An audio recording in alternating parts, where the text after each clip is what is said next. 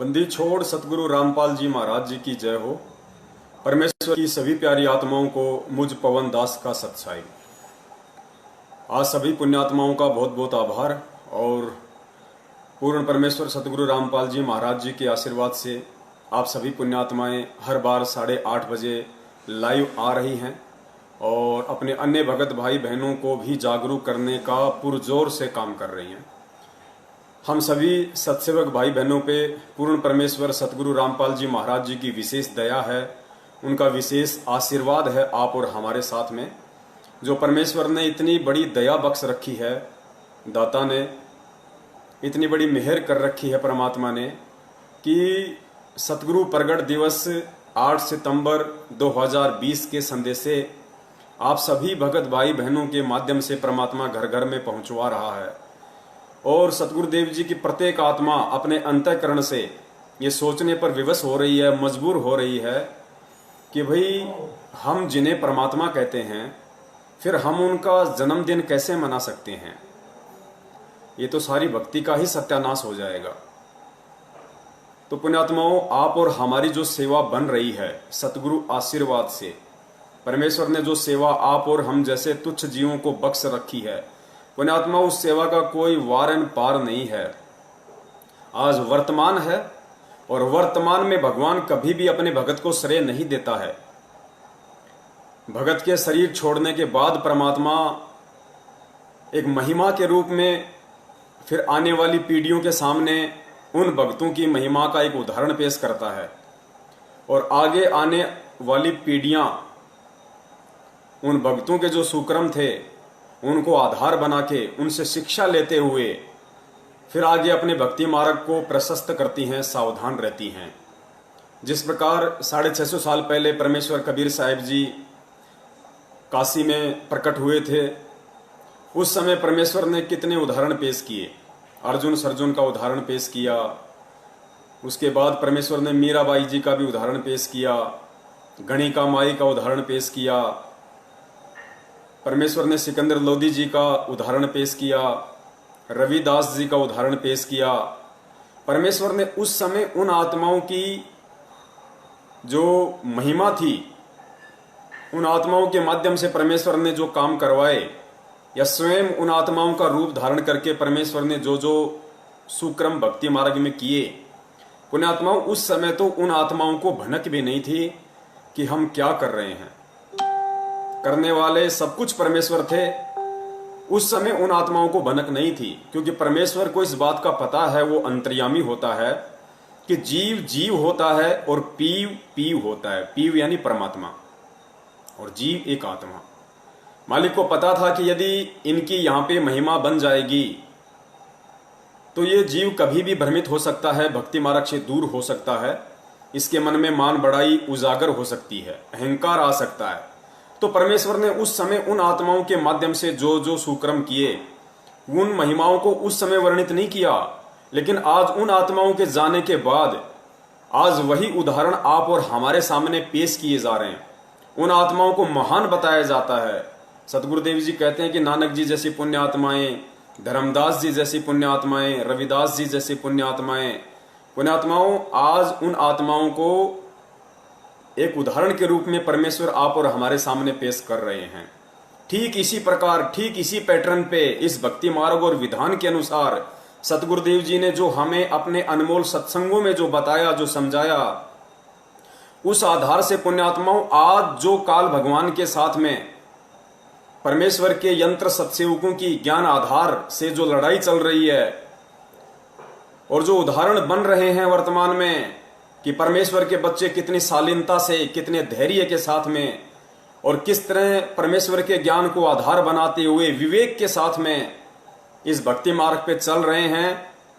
सांसारिक और सामाजिक जो परिस्थितियां हैं उनको भी साथ साथ निभा रहे हैं और भक्ति मार्ग में परमेश्वर ने हमें जो सेवा दे रखी है, सुमरण दे रखा है, नित्य नियम आरतियां दे रखी हैं, जो नियम और मर्यादाएं दे रखी हैं, उनका भी साथ साथ हम निर्वाह कर रहे हैं। उनको भी हम तन्मयता के साथ में सतगुरु आशीर्वाद से निभा रहे हैं, उनको पूरा कर रहे हैं। पुण्यात्माओं, आने वाले समय में परमेश्वर ने कहा है कि 1000 वर्ष तक कम से कम ये भक्ति मार्ग निर्बाध रूप से चलेगा। यानी कलयुग में जो सतयुग है उसका समय परमेश्वर ने आगामी 1000 वर्ष के लिए निर्धारित किया है। पुण्यात्माओं, आप और हम जीव हैं, हम एक लिमिट समय के लिए यहाँ पे हैं। हमारे श्वासों का लेखा जोखा परमेश्वर ने निर्धारित कर रखा है। कोई 20 साल जिएगा, कोई 25 साल जिएगा, कोई 50 साल जिएगा, तो कोई 70 साल जिएगा। ठीक इसी प्रकार आज जो पूर्ण परमेश्वर कबीर साहिब जी परम पूज्य सतगुरु रामपाल जी महाराज जी के स्वरूप में 8 सितंबर 1951 से इस पृथ्वी पर प्रकट हैं, विद्यमान हैं। उन्होंने भी काललोक के विधान के अनुसार कि जो आया है वो जाएगा, उस आधार से उन्होंने भी एक दिन ये जो ओवरकोट है जो अपने तेजपुंज के शरीर के ऊपर उन्होंने डाल रखा है, इसको उतारना पड़ेगा, इस कोट को भी छोड़ना पड़ेगा। तो पुण्यात्माओं, 1000 साल तक जो मार्ग चलेगा उस समय ना ही तो सतगुरुदेव जी इस वर्तमान शरीर में रहेंगे, क्योंकि ये उन्हें भी छोड़ना पड़ेगा काललोक के विधान के अनुसार। और आप और हम जैसी पुण्यात्माओं की तो औकात ही क्या है, हमें भी छोड़ना पड़ेगा। तो पुण्यात्माओं, आगामी जो आत्माएं हैं जो 1000 वर्ष तक बिना सतगुरुदेव जी की, बिना अपने गुरु की उपस्थिति के जो भक्ति करेंगी, पुण्यात्माओं, उन आत्माओं के लिए क्या आधार रहेगा? वो आत्माएं किस चीज को आधार बना के भक्ति करेंगी, कैसे वो दृढ़ होंगी इस भक्ति मार्ग पे? उन आत्माओं को भक्ति मार्ग पे दृढ़ता के साथ बनाए रखने के लिए, उनको टिकाए रखने के लिए आज परमेश्वर संगत में जो घटनाएं घटित करवा रहे हैं, जो उदाहरण आप और हम जैसे सत्सेवकों के माध्यम से परमात्मा बनवा रहे हैं, पुण्यात्माओं, ये जो एग्जाम्पल हैं, ये आगामी 1000 वर्ष तक जो आत्माएं सत्य भक्ति करेंगी उन आत्माओं के लिए उदाहरण पेश होगा। तो पुण्यात्माओं, हाथ जोड़ के निवेदन है, हम सेवक हैं, और जब हमें इतना परमेश्वर ने तत्व ज्ञान दिया है, हमें इतनी सद्बुद्धि बख्शी, हमें इतनी दिव्य दृष्टि परमात्मा ने बख्शी है इन चीजों को समझने की, तो पुण्यात्मा वर्तमान में हमें जो एक्टिंग मिली हुई है, हमें जो रोल मिला हुआ है, हम उसको तन्मयता के साथ में निभाएं, बिल्कुल धैर्य और विवेक के साथ में हम चलें इस भक्ति मार्ग पे। आज यदि हमने जरा सी भी त्रुटि कर डाली तो आने वाली आत्माएं, उनके ऊपर क्या असर पड़ेगा, वो हमारे विषय में क्या सोचेंगी, ये सर्वविदित है। जिस प्रकार आज हम बात बात पर ये बोल देते हैं कि 650 साल पहले उन 64 लाख ने ज्ञान आधार नहीं बनाया, उन 64 लाख भक्तों ने कबीर साहिब को परमात्मा नहीं माना, उन्होंने परमात्मा को जन्म लिया हुआ मान लिया, उनको नीरू नीमा का बेटा मान लिया, जबकि हम ये विचार नहीं करते कि 650 साल पहले वो आत्माएं आप और हम स्वयं ही थी।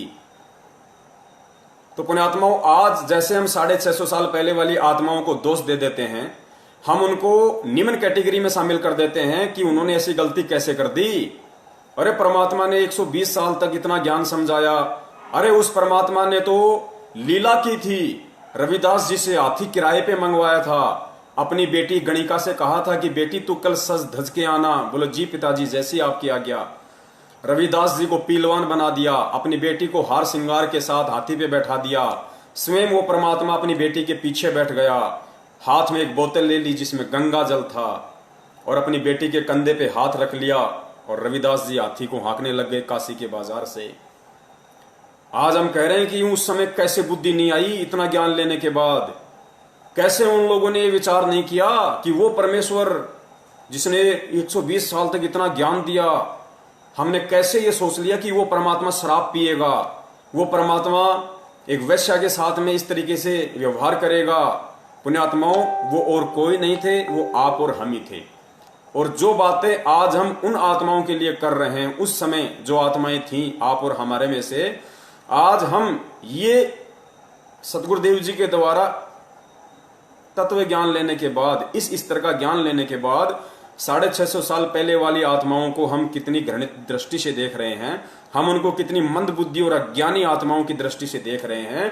तो कहीं ऐसा ना हो पुण्यात्माओं कि इस पृथ्वी पे 8 सितंबर 1951 के दिन वो पूर्ण ब्रह्म परमेश्वर कबीर साहिब सतगुरु रामपाल जी महाराज जी के रूप में प्रकट है और 27 वर्षों से सन 1994 से 18 नवंबर सन 2014 तक हमने उनसे जो अनमोल ज्ञान लिया 27 वर्षों तक, कहीं ऐसा ना हो कि वो ज्ञान लेने के बाद 8 सितंबर 2020 के दिन कुछ मनवस लोगों के कहने पे भेड़ चाल में चलते हुए हम उनका जन्मदिन मनाने की महाभूल कर बैठे। जन्मदिन मनाने का मतलब है हम उनको मानुष समझ बैठे, हम उनको जीव समझ बैठे कि संत रामपाल जी महाराज माता जी के गर्भ से बाहर आए हैं, जन्म लिया है।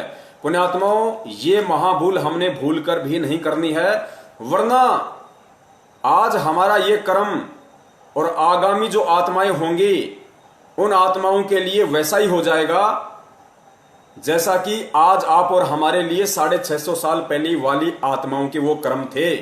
उस समय उन्होंने परमात्मा को परमात्मा नहीं माना।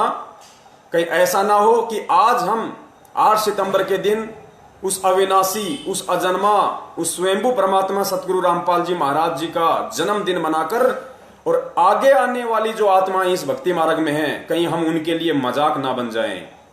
कहीं वो आत्माएं आपस में ये चर्चा ना करें कि उन मूर्खों को कैसे समझ में नहीं आया, 27 वर्षों तक क्या उन्होंने बाहर झोंका था, क्या उन्होंने परमेश्वर से ज्ञान नहीं लिया, क्या उन्होंने ज्ञान का अचार डाल दिया था, इस कान से सुन के इस कान से क्यों निकाल दिया, परमेश्वर ने कौन सी कमी छोड़ दी थी अपना अनमोल तत्व ज्ञान देने में, क्या उन मूर्खों को परमेश्वर ने लाभ नहीं दिए। अरे मालिक ने तो इतने लोगों को, मुर्दों को जीवित किया, जिनकी उम्र नहीं थी उनको उम्र दी भक्ति के लिए, लोगों के रोग ठीक किए, कैंसर ठीक किया, एड्स ठीक किया, लाइलाज बीमारियां ठीक की। फिर वो निकम्मे, वो मंदबुद्धि आत्माएं, पुण्यात्माओं, आप और हमारे लिए वो शब्द यूज होंगे यदि 8 सितंबर को हमने ये महागलती कर दी तो इस गलती से कौन कौन पुण्य आत्माएं बचना चाहती है और कौन कौन पुण्य आत्माएं नहीं बचना चाहती है, इसका निर्णय आपने केवल और केवल सतगुरुदेव जी के ज्ञान को ही आधार बनाकर करना पड़ेगा। इसके अलावा इस दुनिया में और ऐसा कोई थर्मामीटर नहीं है, ऐसा कोई भी पैमाना नहीं है जिससे आप ये माप सको, आप ये नाप सको कि संत रामपाल जी महाराज जी माता जी से जन्म लेकर आए थे या फिर 8 सितंबर 1951 के दिन वो प्रकट हुए थे। और पुण्यात्माओं, पूर्ण परमेश्वर सतगुरु रामपाल जी महाराज जी ने अब तो अपने सत्संगों के माध्यम से इतनी बड़ी दया कर रखी है कि कुछ भी समझना नामुमकिन नहीं है। पुण्यात्माओं, दुनिया धोखा खा सकती है क्योंकि दुनिया के पास में केवल ज्ञान है, तत्व ज्ञान नहीं है। और हम भक्तों को परमेश्वर ने वो अनमोल तत्व ज्ञान दिया है, वो टॉर्च दी है जिससे हम गहरे से गहरे अंधेरे में भी देख सकते हैं। उस तार्किक शक्ति से, इस तत्व ज्ञान आधारित दिव्य दृष्टि से परमेश्वर ने जो दूरदृष्टि हमें दी है, इस ज्ञान आधार से हमें जो आगे का दिखाई दे रहा है। दुनिया को नहीं पता, दुनिया तो मजाक मानती है, कोई नरक नहीं, कोई गधा नहीं बनता, कोई सुअर नहीं बनता। लेकिन आप और हम जिन्होंने परमेश्वर के ज्ञान को आधार बनाया है, आज वो डर रहे हैं, आज वो डरने लग गए कि यदि भक्ति नहीं करी, उल्टे कर्म किए तो परमेश्वर ने कितने उदाहरण पेश किए हैं, कितने उदाहरण पेश किए।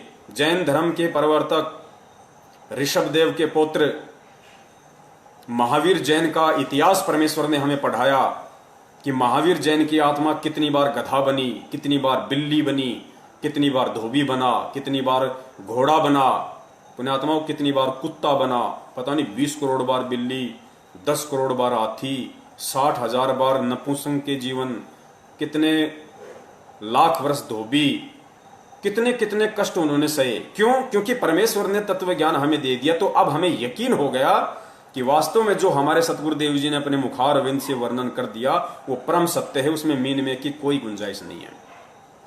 और सत्संगों में तो परमेश्वर ने अपने परमेश्वर होने के इतने उदाहरण पेश कर दिए, ज्ञानी आत्मा को समझने में तनिक भी देर नहीं करनी चाहिए। ऐसा ही एक छोटा सा और सत्संग है परमेश्वर का, वो आप जी सुनिए और मालिक दया करेंगे, बड़ी आसानी से समझ में आएगा। देखो, परमेश्वर पूर्ण संत केवल इशारा करेगा, संकेत करेगा और संकेतों से ही फिर हमने इस चीज को समझना पड़ेगा। तो परमेश्वर दया करें, एक छोटा सा वीडियो क्लिप है मालिक का, परमेश्वर क्या बताना चाह रहा है। परमात्मा ने ये बात कही उस समय जब वो स्वयं आए हुए थे, तो वो अपने से अतिरिक्त बोलते हैं।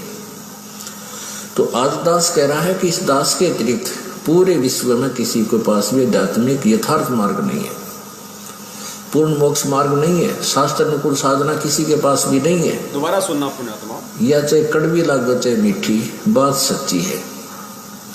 अभिमान नहीं, परमेश्वर अपने तत्व ज्ञान समझ अतिरिक्त ही बोलते हैं। सुनना, परमात्मा ने ये बात कही उस समय जब वो स्वयं आए हुए थे, तो अपने से अतिरिक्त बोलते हैं, अपने से अतिरिक्त। तो आज दास कह रहा है कि इस दास के अतिरिक्त पूरे विश्व में किसी के पास भी आध्यात्मिक यथार्थ मार्ग नहीं है।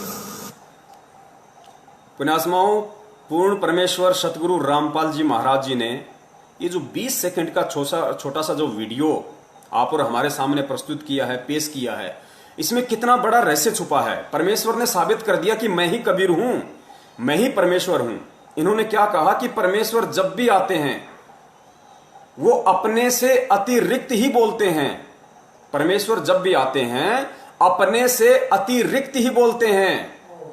और तुरंत सतगुरु रामपाल जी महाराज जी ने क्या बोल दिया कि आज इस दास के अतिरिक्त पूरे विश्व में कोई संत नहीं है जिसके पास मोक्ष मार्ग हो। यानी पहले तो सतगुरु रामपाल जी महाराज जी ने परमेश्वर की जो लक्षण है वो बता दिए कि वो केवल अपने अतिरिक्त ही बोलता है, और तुरंत फिर स्वयं भी बोल दिया कि मुझ दास के अतिरिक्त पूरे विश्व में, अर्थात यदि परमेश्वर अपने से अतिरिक्त बोलते हैं तो आज वर्तमान में अपने से अतिरिक्त ये विश्व को संदेश देने वाले कि मेरे अतिरिक्त, इस दास के अतिरिक्त, इस रामपाल दास के अतिरिक्त पूरे विश्व में कोई संत नहीं है जिसके पास पूर्ण आध्यात्मिक मार्ग हो। एक बार दोबारा से सुन लो पुण्यात्माओं, यही संकेत होते हैं परम संत के, यही वो तत्व ज्ञान है जिसका हमें निष्कर्ष निकालना है। एक बार पुनः सुन लीजिए, शायद परमेश्वर दया कर दें।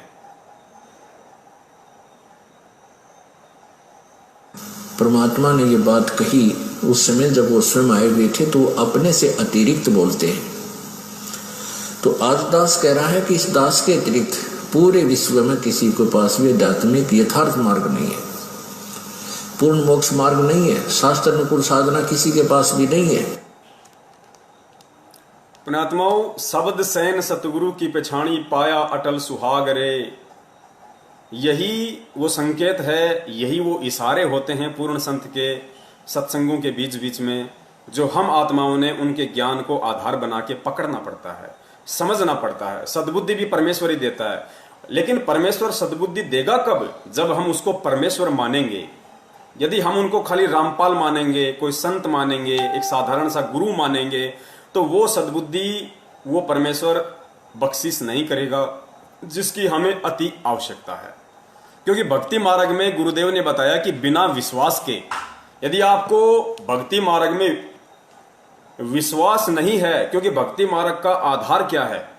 भक्ति मार्ग का आधार सर्वप्रथम शास्त्र होता है, और शास्त्र से जब यह साबित हो जाता है कि पूर्ण संत कौन है, और यदि आप उस पूर्ण संत की शरण में आ जाते हो, तो उसके बाद भक्ति मार्ग का आधार वो शास्त्र ना होकर वो परम संत हो जाता है। आपका गुरु ही आपका आधार हो जाता है। गुरुदेव कहते हैं ना, भाई कर ले गुरु वकील मुकदमा भारी है। भाई कर ले गुरु वकील मुकदमा भारी है। हम शरीर छोड़ते वक्त सोचें कि ये शास्त्र अपने कांख में दबा के ऊपर ले चलेंगे, हम पार हो जाएंगे, नहीं, हमें सतगुरु की ही आवश्यकता पड़ेगी। इसलिए इस भक्ति मार्ग में जब तक हमें विश्वास नहीं होगा, क्या विश्वास नहीं होगा कि मैं जिनकी भक्ति कर रहा हूं और मैं जिनकी शरण में हूं वो कोई परम शक्ति है या नहीं है। एक छोटी सी ऑडियो क्लिप, क्योंकि ये थोड़ी भूमिका बन रही है पुण्यात्माओं, आगे परमेश्वर आज जो खुलासा करवाएंगे, क्योंकि बहुत सारे भगत भाइयों की काफी शंकाओं का तो परमेश्वर ने वीडियो बनवा के 2-4 दिन से काफी तो निवारण हो गया है उनकी शंकाओं का, लेकिन कुछ एक भगत भाइयों की ये शंका रह गई कि भाई बाकी बात तो ठीक है, हमारे समझ में आ गई कि संत रामपाल जी महाराज जी अकेले वो संत हैं जिन्होंने दुनिया में ये अनमोल तत्व ज्ञान दिया है। शास्त्रों को खोल खोल कर खुले में टीवी चैनलों पे यदि किसी ने दिखाया है तो केवल हमारे पूज्य गुरुदेव सतगुरु रामपाल जी महाराज जी हैं। लेकिन हमारे शंका इतनी सी है कि भाई कबीर साहिब जी ने कभी शादी नहीं की, कबीर साहिब जी के कभी बच्चे पैदा नहीं हुए, तो समझ में हमारे ये नहीं आ रहा कि यदि 8 सितंबर 1951 से यदि वो प्रकट हैं, संत रामपाल जी महाराज जी के स्वरूप, उनके शरीर को काम में लेते हुए यदि साक्षात वो कबीर परमेश्वर ही उनके स्वरूप है, उस रूप में है, तो शादी क्यों की? अंजू मंजू वीरेंद्र और मनोज को पैदा क्यों किया? अनारो माई के पति क्यों कहलाए? परमेश्वर के तो ये कर्म नहीं होते कि वो शादी करता है, वो बच्चे पैदा करे। अब इस बात को तो हम झुठला भी नहीं सकते, क्योंकि उनके 4 बच्चे भी हैं, उन्होंने शादी भी की है। तो पुण्यात्माओं, आज का ये महत्वपूर्ण विषय होगा और ससबूत परमेश्वर इसको साबित करवा देंगे, आज ही करवा देंगे। हमारा एक भाई था पहले, अब तो वो गुरुद्रोही हो गया। देखो पुण्यात्माओं, आत्मा सब परमात्मा की है, चाहे गुरुद्रोही की हो या चाहे वर्तमान भगत की हो। राग द्वेष हमें ना गुरुद्रोही से करना है, ना हमें किसी जगत वाले से करना है, ना हमें किसी वर्तमान से करना है। तो परमेश्वर ने सिखाया ही नहीं। गुरुद्रोही अपना कर्म भोगेगा, भगत अपना सुक्रम पाएगा। ठीक है, हमें जो मर्यादा जो परमात्मा ने बताई है, गुरुद्रोही से जो बचने के तरीके परमेश्वर ने बताए हैं, हमें उनको अवश्य फॉलो करना है। बाकी राग द्वेष हमें किसी से नहीं करना। तो हमारा जो संजय भाई था वो अभी गुरुद्रोही हो चुका है, पूर्ण रूप से गुरुद्रोही हो चुका है। स्वयं वो जगत गुरु की उपाधि ले चुका है, पूर्ण गुरु की उपाधि ले चुका है, तत्वदर्शी संत की उपाधि ले चुका है वो।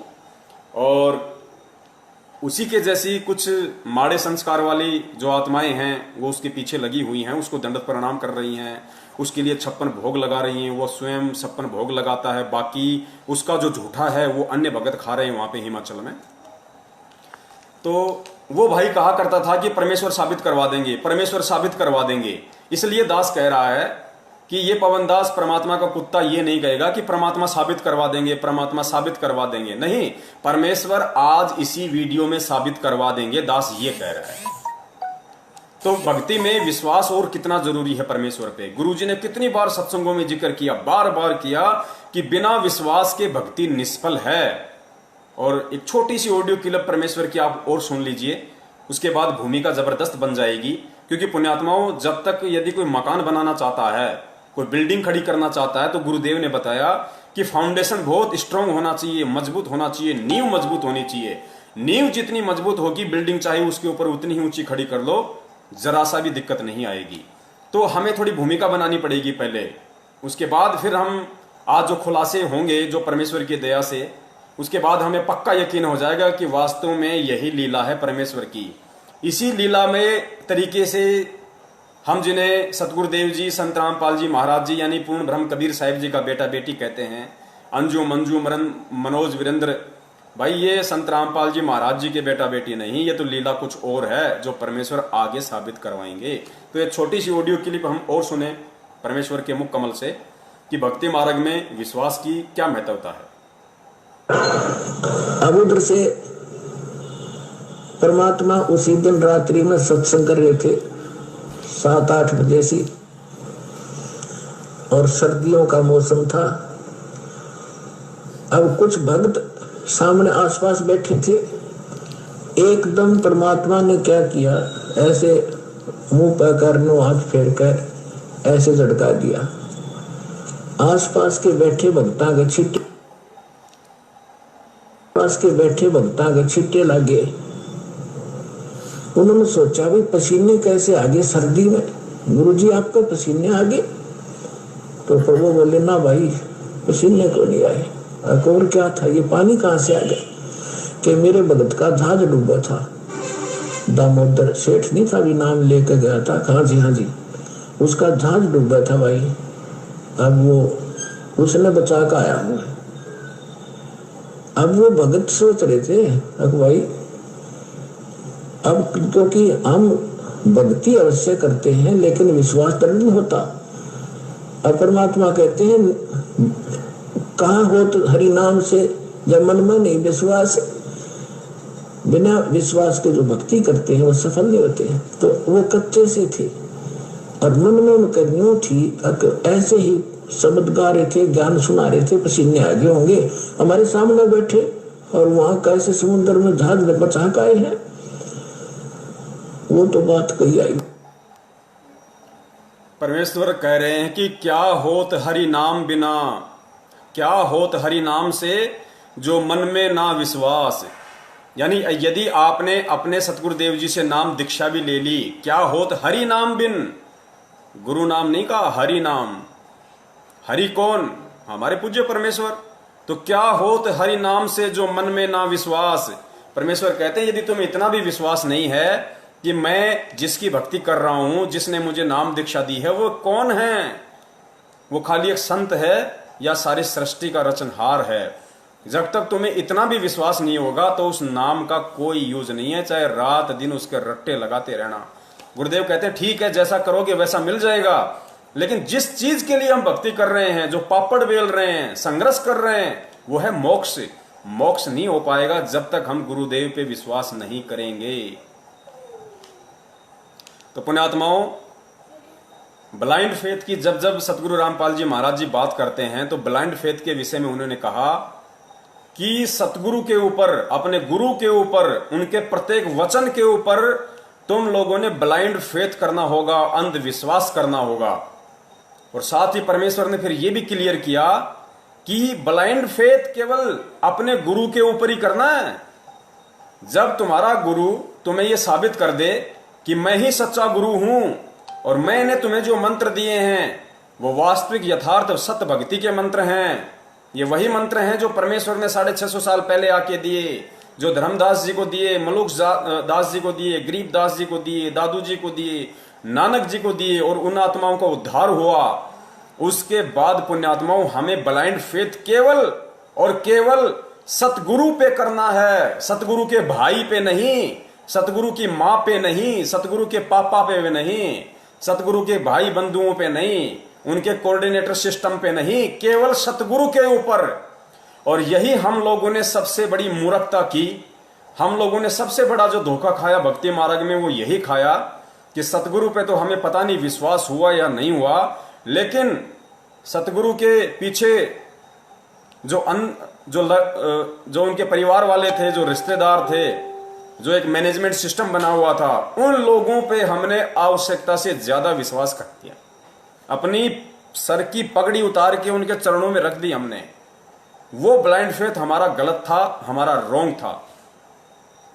हमें गुरुदेव ने केवल परमेश्वर पे विश्वास करना सिखाया, अपने ऊपर विश्वास करना सिखाया कि अपने गुरु पे ब्लाइंड फेथ करो, गुरु के परिवार पे नहीं। लेकिन हमने गुरु पे कम और परिवार पे ज्यादा विश्वास किया। आज दुर्गतियां हो रही है संगत में, दुर्गतियां, बेमौत मर रहे हैं सारनामी लोग, सतनामी लोग, प्रथम नाम बेमौत मर रहे हैं। इसका मतलब ये नहीं कि यदि आपको नहीं मालूम पड़ रहा तो संगत में दुर्गति नहीं हो रही। संगत में दुर्गतियां हो रही हैं।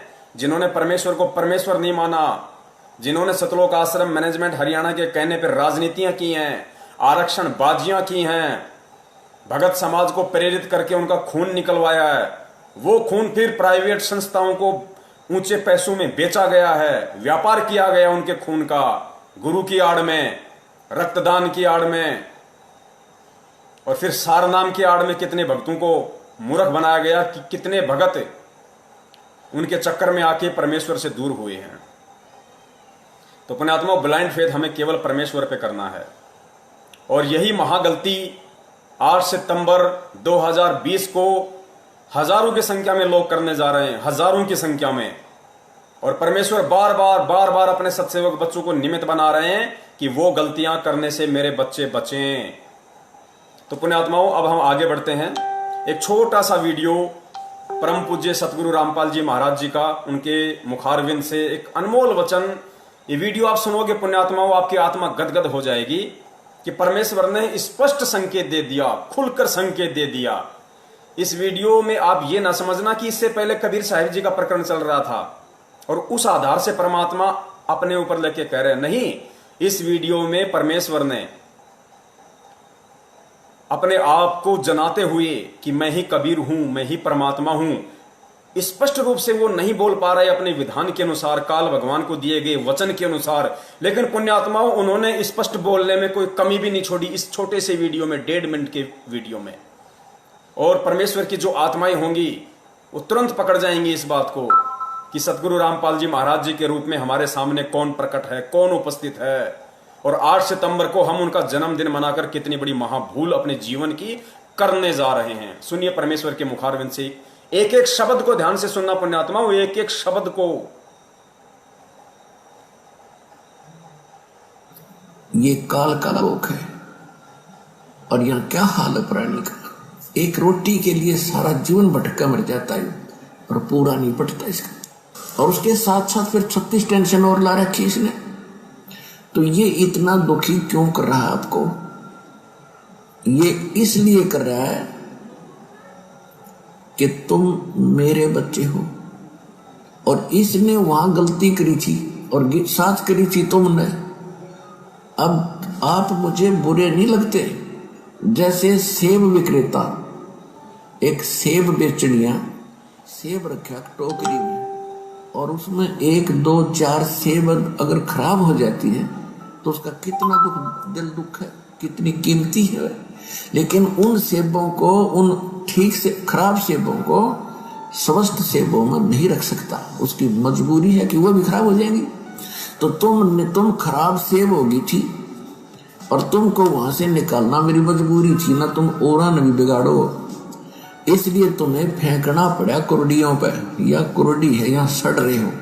और अब भी मुझे, अब वो तो एक उदाहरण है, लेकिन आत्मा और सेब में इतना अंतर है कि तुम्हारे अंदर मलिनता आ गई थी, अब यहाँ भट्ट में तुम जल रहे हो। अब तुम्हें ज्ञान देकर और सच्चाई बताकर मैं फिर आपको वापस ले जाना चाहता हूँ और ऐसा मंत्र दूंगा तुम फिर से उसी स्थिति में आ जाओगे, ऐसे भक्ति युक्त हो जाओगे।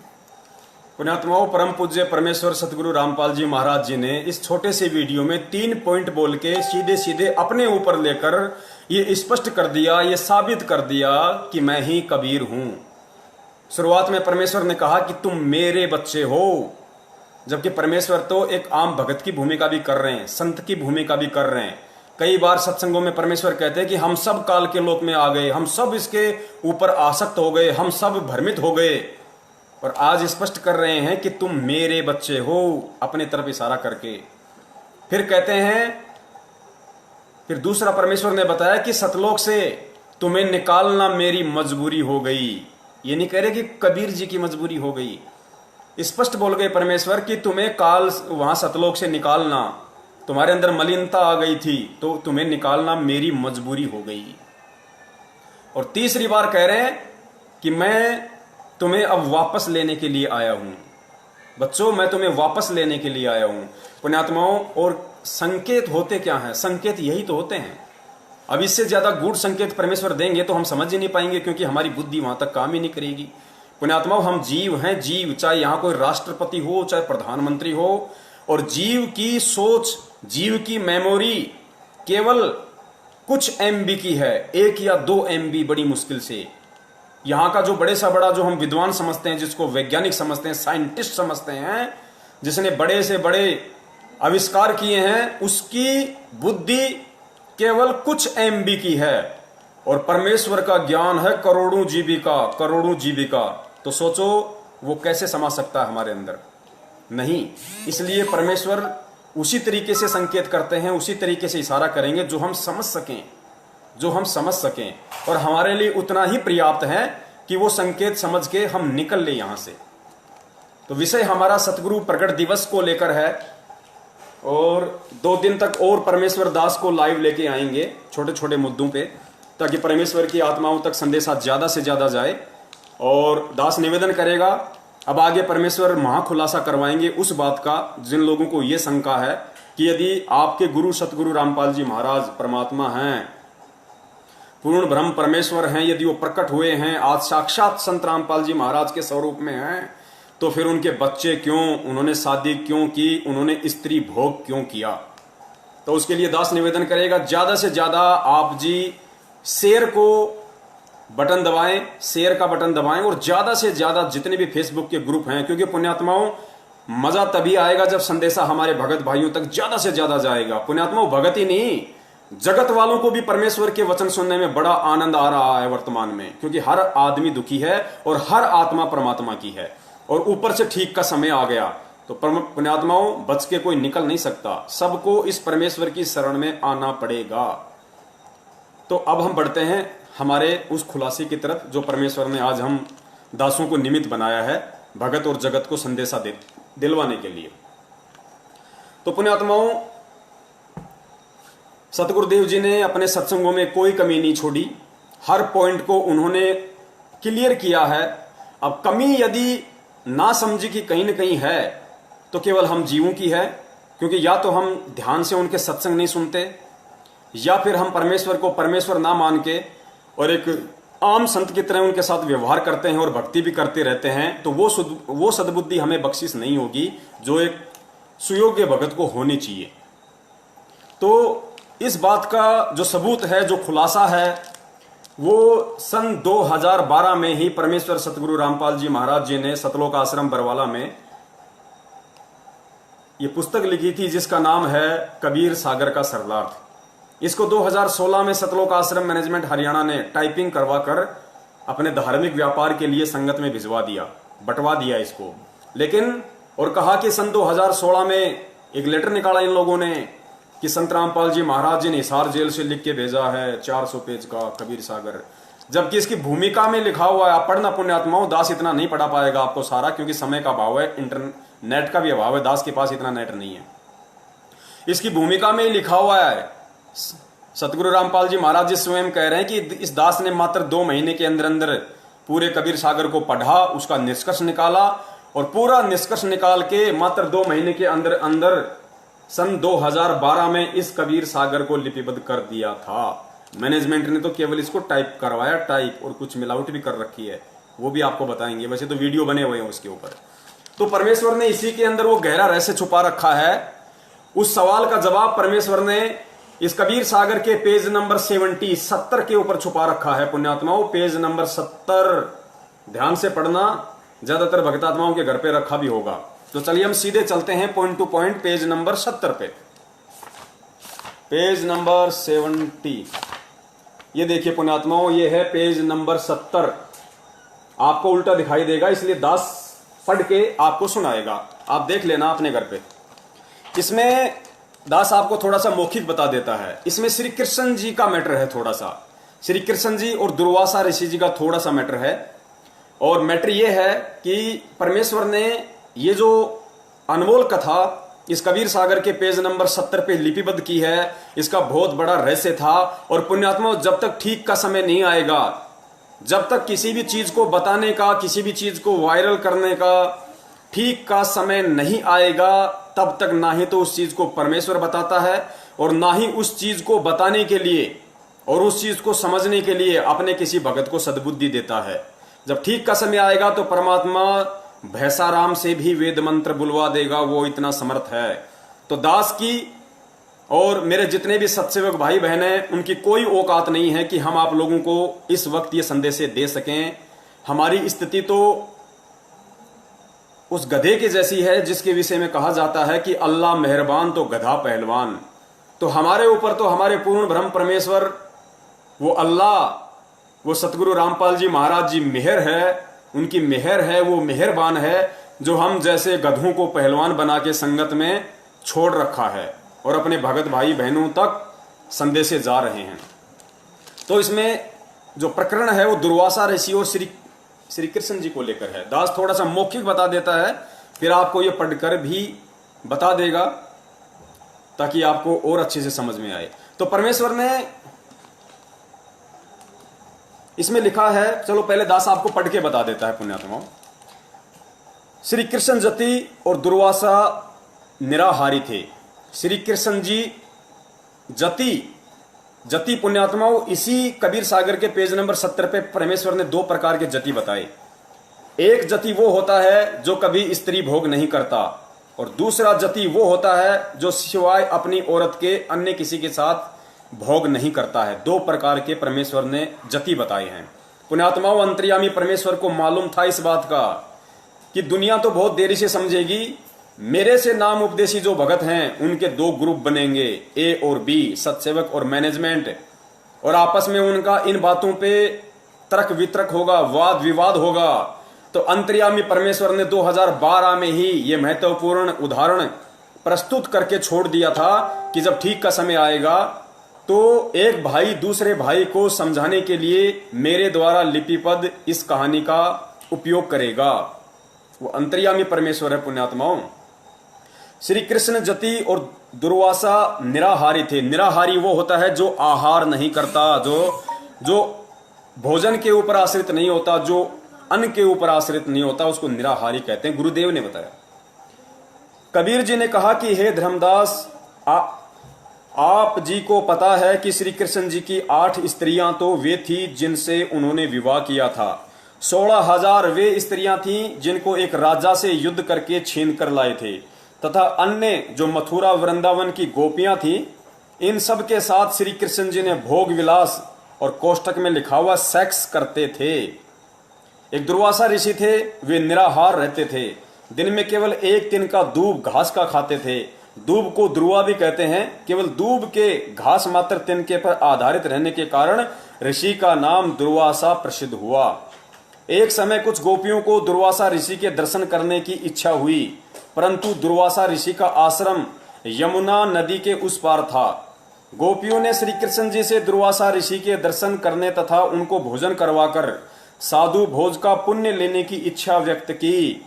श्री कृष्ण जी ने कहा कि बहुत अच्छा उद्देश्य है, जाओ। गोपियों ने समस्या बताई कि भगवान, यमुना नदी में अथाह जल बह रहा है, कैसे पार करेंगी। श्री कृष्ण जी ने कहा कि तुम जमुना नदी के किनारे खड़ी होकर यह शब्द कहना कि हे जमुना, पुण्यात्माओं ध्यान से सुनना, ये बहुत बड़ा प्रकरण है, बहुत बड़ा, परमेश्वर को परमेश्वर साबित करेगा ये प्रकरण, कि परमेश्वर के ना बच्चे हैं जिन्हें आप अंजू, मंजू, मनोज, वीरेंद्र, इन चारों को जिन्हें आप सतगुरु रामपाल जी महाराज जी का बेटा बेटी समझ रहे हैं, ये उनके बेटा बेटी नहीं है। ये किस आत्मा के बेटा बेटी हैं और किस विधि से, किस लीलामय तरीके से ये परमेश्वर से उत्पन्न हुए हैं, सर्जन हुए हैं, ये साबित होगा आज। श्री कृष्ण जी ने कहा कि तुम जमुना नदी के किनारे खड़ी होकर यह शब्द कहना कि हे जमुना दरिया, यदि श्री कृष्ण जति हैं, जति यानी जिन्होंने भोग विलास नहीं किया, यदि श्री कृष्ण जति हैं और हमारे साथ भोग विलास नहीं किया तो हमें रास्ता दे दो। जब वापस आओ तो जमुना के किनारे कहना कि हे जमुना दरिया, यदि दुर्वासा ऋषि पवन आहारी हैं तो हमें रास्ता दे दो। सैकड़ों गोपियां भोजन के थाल लेकर चली। यमुना नदी के किनारे जब ये शब्द बोले कि यदि श्री कृष्ण गोपाल जति हैं और हमारे साथ भोग विलास यानी सेक्स नहीं किया है, फिर यहां परमेश्वर ने कोष्टक में जति क्या होता है उसका एग्जाम्पल दे रखा है। जति 2 प्रकार के होते हैं, एक तो जिसने कभी स्त्री भोग नहीं किया हो, पुण्यात्मा ध्यान रखना, सतगुरुदेव जी के ऊपर यही जति वाला उदाहरण पेश होगा आगे।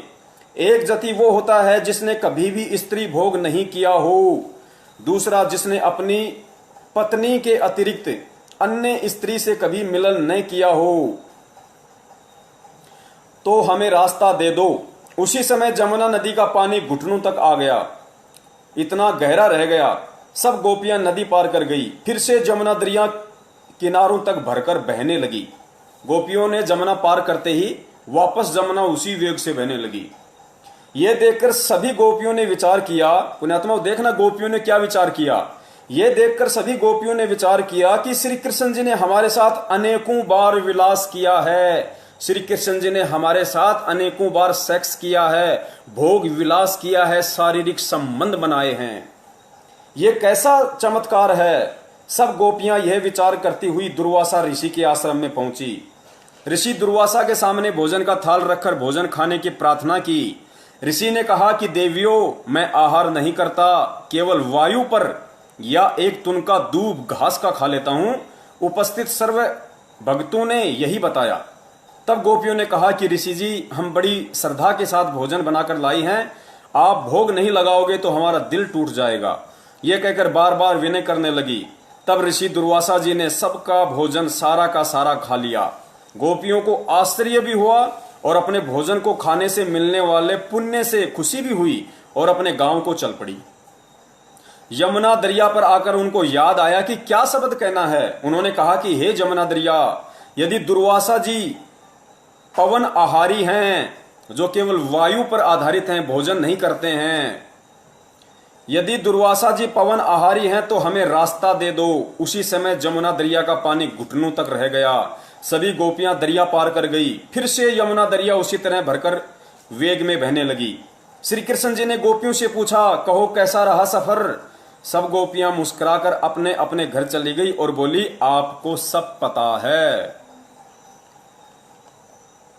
संत गरीबदास जी गांव छुड़ानी जिला झज्जर हरियाणा वाले को परमेश्वर कबीर जी ऐसे ही मिले थे जैसे सेठ धर्मदास जी को मिले थे। उनको भी सतलोक ले जाकर वापस छोड़ा था, उनको भी तत्व ज्ञान बताया था, उनका ज्ञान योग खोला था। संत गरीबदास जी ने अपनी अमृतवाणी में कहा है, पुण्यात्माओं, ये श्री कृष्ण जी की कथा का जिक्र आज से 300 साल पहले बंदी छोड़ गरीबदास जी महाराज जी ने भी अपने सदग्रंथ साहिब में लिपिबद्ध कर दिया था। केवल आज आप और हम इस बिचली पीढ़ी वाली पुण्यात्माओं के लिए, ताकि उनको अपने सतगुरुदेव जी में साक्षात कबीर भगवान के दर्शन हो, उनको अपने गुरु में किसी भी प्रकार का कोई मीन मेख दिखाई ना दें, उनके मन में यह तनिक भी शंका और भ्रम पैदा ना हो, ना कोई कर सके इस दुनिया में कि मेरा गुरु कबीर नहीं है, मेरा गुरु तो साक्षात ही कबीर है। 350 साल पहले गरीबदास जी महाराज जी ने भी सतग्रंथ साहिब में लिपिबद्ध कर दिया। और आज पूर्ण परमेश्वर सतगुरु रामपाल जी महाराज जी ने, जिन्होंने कबीर साहिब जी की भी भूमिका निभाई, आदरणीय गरीबदास जी महाराज जी की भी जिन्होंने भूमिका निभाई, और आज स्वयं साक्षात प्रकट है, उन्होंने भी इस कबीर सागर के सरलार्थ पेज नंबर 70 पे भी इस बात को लिपिबद्ध कर दिया, सिर्फ आप और हम जैसी अंध पुण्यात्माओं की आंखें खोलने के लिए। तो आदरणीय गरीबदास जी महाराज जी ने क्या लिखा है? गरीब कृष्ण गोपी का भोग कर, गरीबदास जी महाराज जी कह रहे हैं कि गरीब कृष्ण गोपी का भोग कर, श्री कृष्ण ने गोपिकाओं का भोग करके, उनके साथ भोग विलास करके, सेक्स करके भी, गरीब श्री कृष्ण गोपी का भोग कर फेर जति कहाया, जाकी गति पाई नहीं ऐसे त्रिभुवन राया। परमेश्वर ने साबित किया है कि श्री कृष्ण जी पुण्यात्माओं एक 3 लोक का एक विभागीय मंत्री भी नहीं कह सकते, क्योंकि जिस रूप में वो सर्जन थे वो श्री कृष्ण जी रूप में सर्जन थे। विभागीय मंत्री उनको श्री विष्णु रूप में कह सकते हैं। श्री कृष्ण जी जो श्री विष्णु जी के अंश अवतार थे, या काल भगवान के भी आप उनको अंश अवतार बोल सकते हैं, क्योंकि उन्हीं की प्रेरणा से ये सब काम होते हैं यहाँ पे काल लोक में। श्री कृष्ण जी ने गोपिकाओं के साथ, पुण्यात्माओं, वृंदावन की गोपिकाएं और उसके अतिरिक्त 16,000 वो औरतें जिनको वो एक राजा से युद्ध कर कर छीन कर लेके आए थे, उसके बाद भी परमेश्वर क्या कह रहे हैं कि गरीब श्री कृष्ण गोपी का भोग कर फेर जति कहाया। वो जति कहाए, जति जाकी गति पाई नहीं ऐसे त्रिभुवन राया। भावार्थ, श्री कृष्ण जी की रुचि स्त्री भोग करने की नहीं थी, यह कोई पूर्व संस्कार था, उनका निर्वाह किया था। श्री कृष्ण जी विद्वान थे, जानबूझकर विलास करना उनका उद्देश्य नहीं था। फिर आगे दुर्वासा ऋषि के विषय में लिखा परमेश्वर ने, ऋषि दुर्वासा तप करे, दुर्वा करे आहार, प्रेम भोज गोपियन का खाया तनिक लनाई वार। दुर्वासा पवन आहारी थे, सब भोजन खाया, श्रद्धालु की श्रद्धा पूर्ण कीनी, ताते भोग लगाया।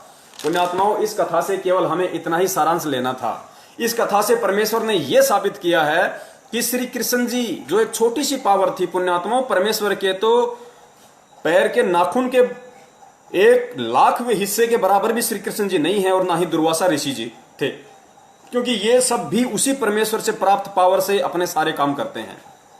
क्योंकि काल भगवान आप और हमारी भक्ति कमाई से टैक्स लेता है, गुरुदेव ने बताया, उस टैक्स से ही अपना सारा सिस्टम चला रहा है। इन आत्माओं से भक्ति करवा देता है ओम नाम की, इन आत्माओं से किसी जन्म में वो तप करवा देता है, उस तप के बदले फिर उनको इस तरह का जीवन दे देता है, इनकी महिमा बन जाती है।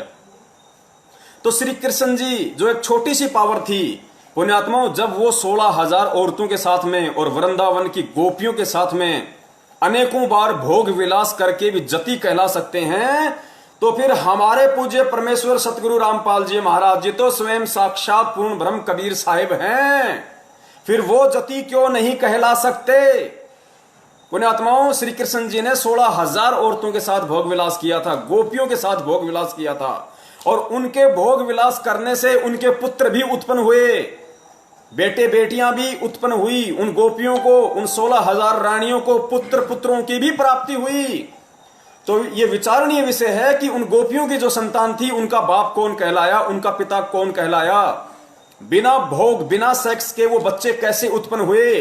उसके बाद भी आदरणीय गरीबदास जी महाराज जी ने उनको जति की संज्ञा दी है, सिर्फ और सिर्फ इसलिए कि इस कलयुग की बिचली पीढ़ी में जब भगत समाज के सामने ये सवाल खड़ा होगा, ये प्रश्न खड़ा होगा कि संत रामपाल जी महाराज जी ने तो शादी की है, स्त्री भोग किया है, उनके तो बच्चे हुए हैं, फिर वो परमात्मा कैसे हैं, तो उसका जवाब ये श्री कृष्ण जी की कथा है।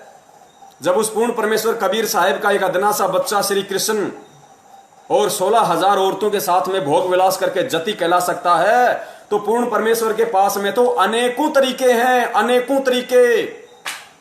पुण्यात्माओं, पूर्ण परमेश्वर कबीर साहिब अनंत कलाओं के भगवान हैं, अनंत कलाओं के भगवान। उन्हें भोग करने की क्या आवश्यकता पुण्यात्माओं। लेकिन लीलावश वो कुछ भी कर लेते हैं, असंभव परमेश्वर के लिए कुछ भी नहीं है।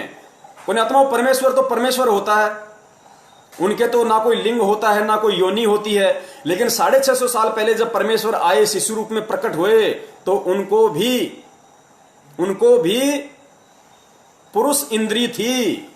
क्योंकि मुसलमान भाई जब उनकी खतनी करने के लिए गए, तो परमेश्वर ने एक की जगह 5-5 इंद्री दिखाई उनको, 5-5।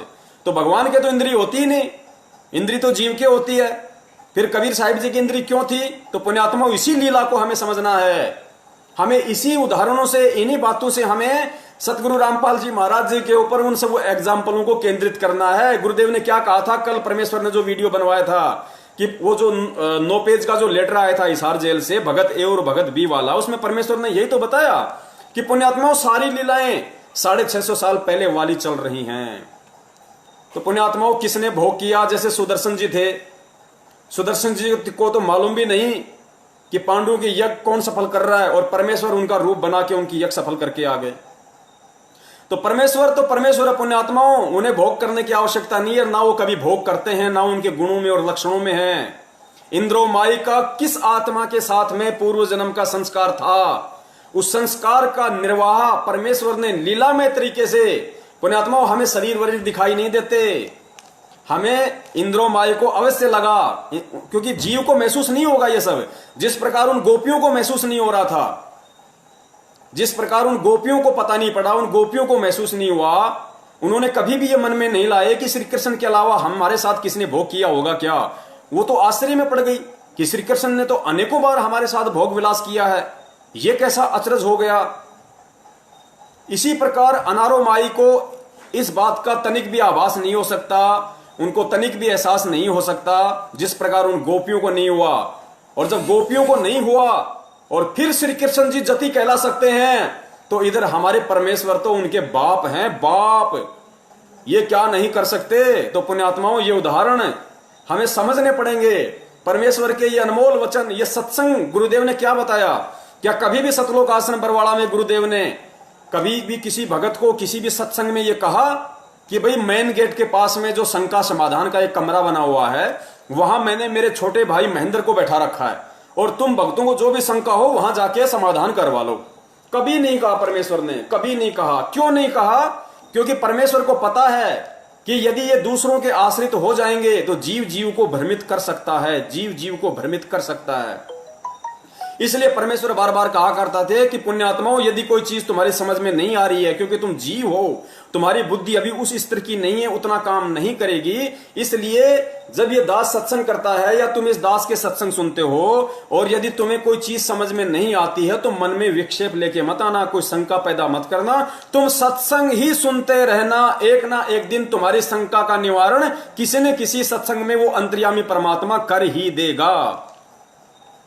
तो पुण्यात्माओं, महेंद्र जी को तो सतलोक आश्रम बरवाड़ा में वो पद देना बहुत जरूरी था, क्योंकि वो सतगुरुदेव जी का सांसारिक रूप में छोटा भाई था, बराबर की टक्कर थी भाई। और महेंद्र जी को यदि छोटा मोटा पद परमेश्वर यदि इस तरह का ना देते, तो वो नया बखेड़ा वहां पे शुरू कर देता, जो परमेश्वर के लिए और जी का झाड़ बन जाता वहां पे।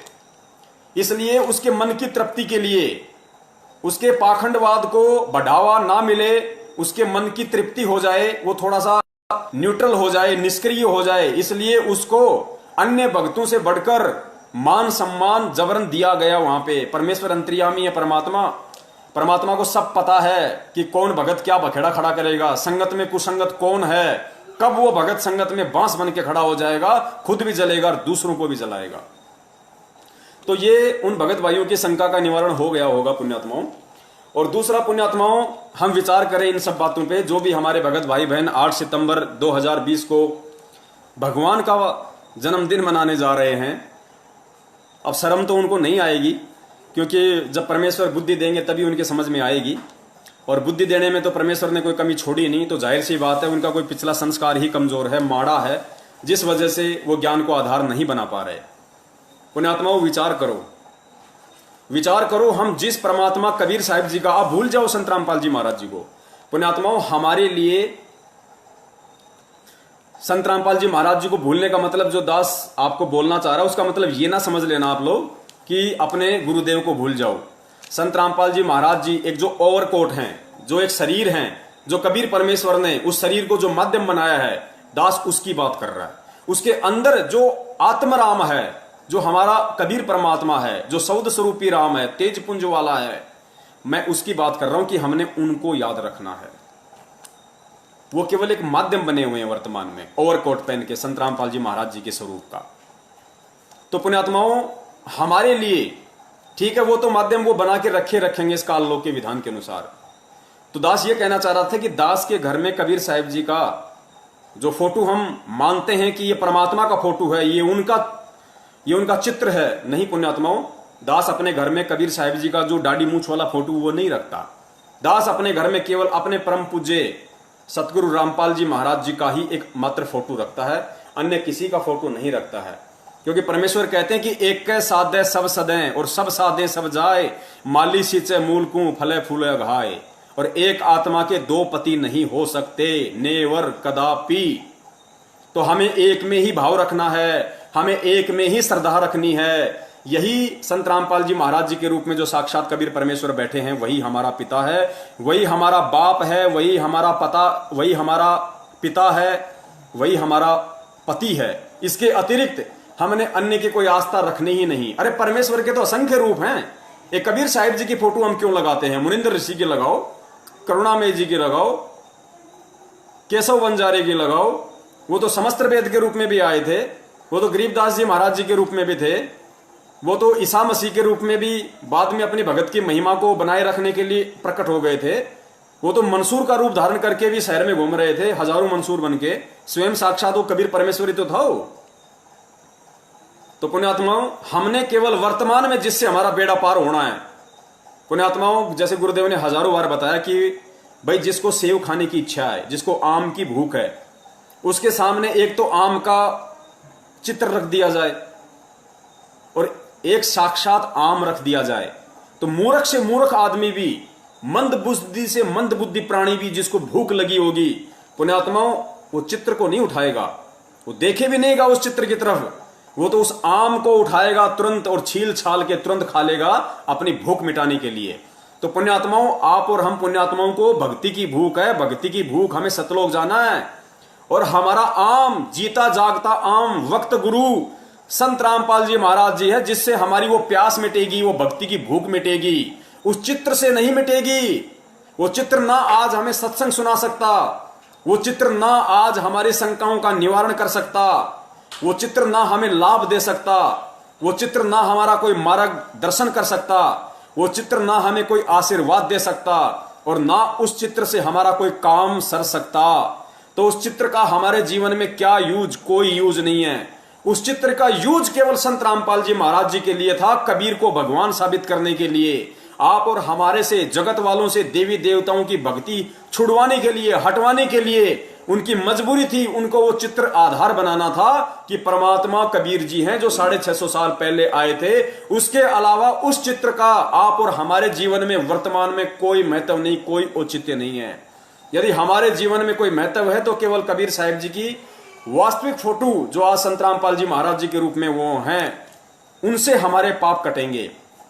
परमेश्वर ने कभी नहीं कहा कि भाई कबीर जी के फोटो के दर्शन करने से हमारे पाप कर्म कट जाएंगे। नहीं, परमेश्वर क्या कहते हैं? कबीरा दर्शन साधु का, मुख पर बसे सुहाग, दर्श उन्हीं को होते हैं जिनके पूर्ण भाग। और कबीरा दर्शन साधु का, परमात्मा आवे याद, लेखे में वो है गड़ी, बाकी के दिन बर्बाद। साधु दर्शन, साधु की याद, तो साधु बनके आज कौन आया है? कबीरा दर्शन साधु का, तो हमारे लिए साधु कौन है? साधु रूप में कौन आया है? साहिब से सतगुरु भय, सतगुरु से भय साध। वो परमेश्वर ही तो खुद साहिब है। साहिब से वो सतगुरु की भूमिका करता है, और सतगुरु से बनता है फिर साध।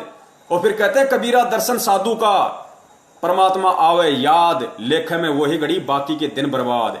तो हमारे लिए तो जो साधु रूप में सतगुरु रामपाल जी महाराज जी वर्तमान में प्रकट हैं, 8 सितंबर 1951 के दिन भारतवर्ष की इस पवित्र भूमि पे हम सब आत्माओं के आत्म कल्याण के लिए, उद्धार के लिए, चाहे उनकी फोटो हो चाहे वो साक्षात हो, वो आज हमारे लिए महत्व रखती हैं। उनकी फोटो देखने से भी हमारे उतने ही हमारे बल्कि भाग जागृत होंगे, हमारे पुण्य बनेंगे, जितना कि हम उनको साक्षात देखें।